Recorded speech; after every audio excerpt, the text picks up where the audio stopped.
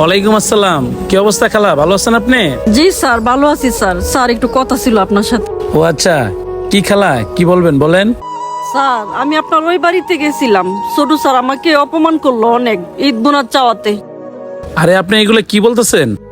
ঈদের বোনাসের জন্য আপনার সাথে খারাপ ব্যবহার করছে আমার ছোট ভাই? ও শিট, আমি তো সবাইকে বলছি বোনাস দিয়ে দিতে, কেন আপনি কি বোনাস দেয় নাই?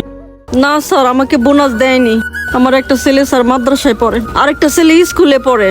আমি ওদেরকে কথা দিয়ে আসছি স্যার, ঈদের মার্কেট করে দিব স্যার, আপনি কিছু দেন। আমি তো ওদেরকে কথা দিয়ে আসছি মার্কেট করে দিব, না হইলে তো হ্যাঁ মনটা খারাপ হয়ে যাবো স্যার।